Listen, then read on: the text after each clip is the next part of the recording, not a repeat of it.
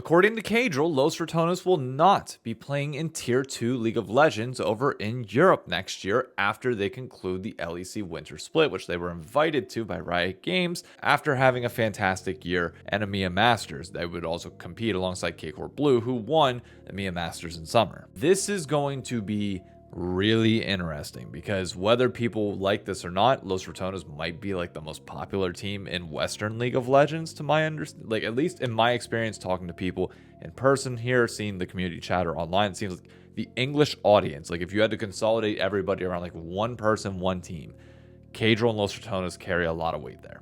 So I don't quite know what this means going forward, because even though people will still watch Caedrel's co-streams of the LEC, he notably does not watch LCS, just doesn't have time for it with the LCK and everything else going on. This is going to be a very pivotal moment, because I think a lot of us, myself included, thought that Los Ratones would be just around and continue climbing this ladder in some capacity, and it seems like they've kind of hit that mark where it's like, all right, maybe they just go on that world tour and pop up at certain events. But does that have an impact? Like with them not playing every day or not having a set schedule, does that wane some interest for those that honestly were caring less about the LEC and the LCS and caring more about Los Ratones?